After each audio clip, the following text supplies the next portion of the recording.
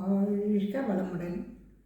இயற்கை நியதி பார்க்கும் அன்பு உள்ளங்களுக்கு எனது நன்றி. இப்போ பாசிட்டிவ் நெகட்டிவ் இப்போலாம் தெரியுது. நாங்கள் சின்ன வயசில் அது என்னன்னே தெரியாது. வார்த்தைன்னா எப்படி பேசணும், எது நடக்கும் நடக்காதுன்றது தெரியாது.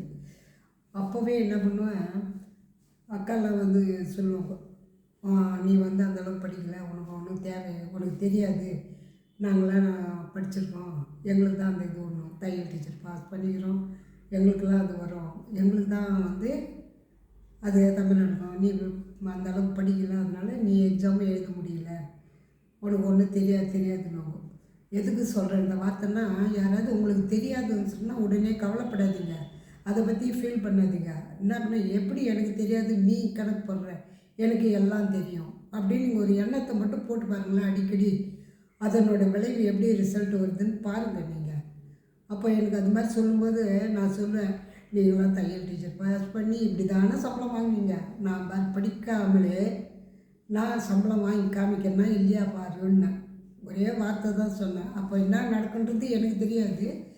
எப்பவுமே சொன்னேன், எதிர்பார்த்து பேசுகிறேன் என்னோடய வேலையே, அது எப்படி நடக்கும், எப்படி நீ வாங்க முடியும் கவர்மெண்ட் சம்பளம்னு வாங்கன்னா இல்லையா பாரு, நான் வாங்கியே தீருவேன் அப்படின்னு சொல்லிட்டேன். என்ன பண்ண வாழ்க்கை இப்படியே போயிருந்தது. ஒன்று வந்து 2வது பையன் பிறந்துட்டான். அப்போ வந்து முனிசிபல் ஆஃபீஸில் வந்து கூப்பிட்டாங்க, இது மாதிரி உங்களுக்கு என்ன தொழில் தெரியுமோ வந்து கற்றுக் கொடுங்க, சம்பளம் கொடுக்குறேன் அப்படின்னு சொல்லிட்டு. அது வந்து எதிரில் ஒரு கவுன்சிலர் இருந்தார். அவர் வந்து, ஏம்மா உனக்கு தான் எல்லாம் தெரியுமே, நீ வந்து சொல்லி தெரியான்னாங்க. சொல்லுங்கள் எங்கே போகணும் அப்படின்னு. முனிசிபல் ஆஃபீஸுக்கு போயிடுங்க, அப்புறம் வந்து எந்த ஏரியாவுக்கு சொல்கிறாங்களோ அந்த இடத்துல நீங்கள் போயிட்டு சொல்லிக் கொடுக்கலாம், உங்களுக்கு வந்து 1000 ரூபாய் சம்பளம் தரேன்னு சொன்னாங்க அப்படின்னாங்க. சரின்னு சொல்லிட்டு நானும் போனேன். போய் 1 மாதம் வாங்கினேன், 2 மாதம் வாங்கினேன் சம்பளம். அப்புறம் பாருங்கள், அந்த 8th குவாலிஃபிகேஷன் இல்லைன்னு சொல்லிட்டு வேறு ஒருத்தருக்கு அந்த போஸ்டிங் போட்டாங்க. அப்போ தான் நான் சொன்னேன் அக்காவுக்கெல்லாம், நீ கவர்மெண்ட் சம்பளம் வாங்குறேன்னு சொன்ன பார்த்தியா, வாங்கிட்டுனா இல்லையா 2 மாதம் அப்படின்னு. ஆனால் அன்னைக்கு நினச்சது வந்து பாசிட்டிவு, அதுக்கு செயலுக்கு வந்ததா இல்லையா. நான் அப்போவே என்ன சொல்லியிருந்தேன்னா, நான் உங்களை விட நான் வருஷம் பூரா சம்பளம் வாங்கணும்னு சொல்லியிருந்தேன்னா அந்த போஸ்டிங் எனக்கு கிடச்சிருக்கல்ல. அதுதான் ஏதோ அந்தளவுக்கு புரிதலாக இருந்தது, பாசிட்டிவாக பேசணும்னு நினச்சி. ஆனால் அக்காங்களாம் யாரும் வேலைக்கும் போல், எதுவும் ஹவுஸ் ஒய்ஃபாக தாங்கிறாங்க. ஆனால் யாரும் அவங்க 2 பேரும் வாங்கலை, நான் ஜாப்பில் வாங்கிட்டேன்.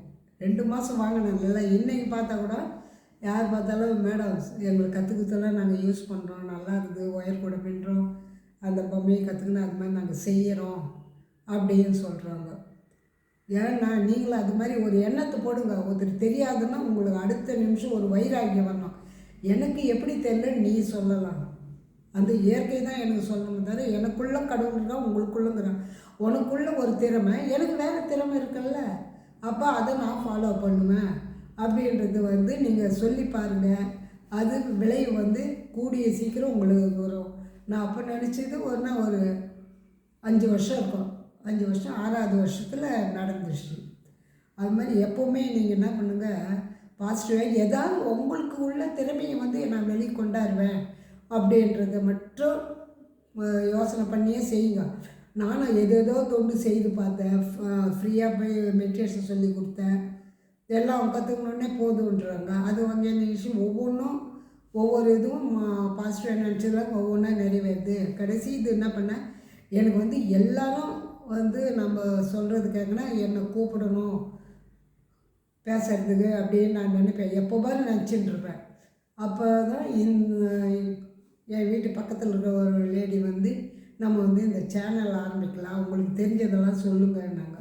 பரவாயில்ல, இறையாற்றல் நான் எப்போ சொல்லிக்கினே இருந்தேனோ அது செயலுக்கு வரணும், 4 பேர் பார்க்கணும், அதனோட கேள்வியும் என்னை கேட்கணும்ல எப்படி இருக்குதுன்றது.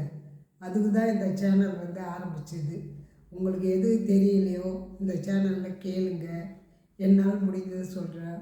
அது நீங்கள் டெஸ்ட் பண்ணி பாருங்கள் நடக்குதான்னு. எதையும் வந்து நான் நடந்த பிறகு தான் 4 பேருக்கு சொல்லி அவங்களுக்கு அது நடந்த பிறகு தான் நான் இந்த வார்த்தையே விடுவேன்.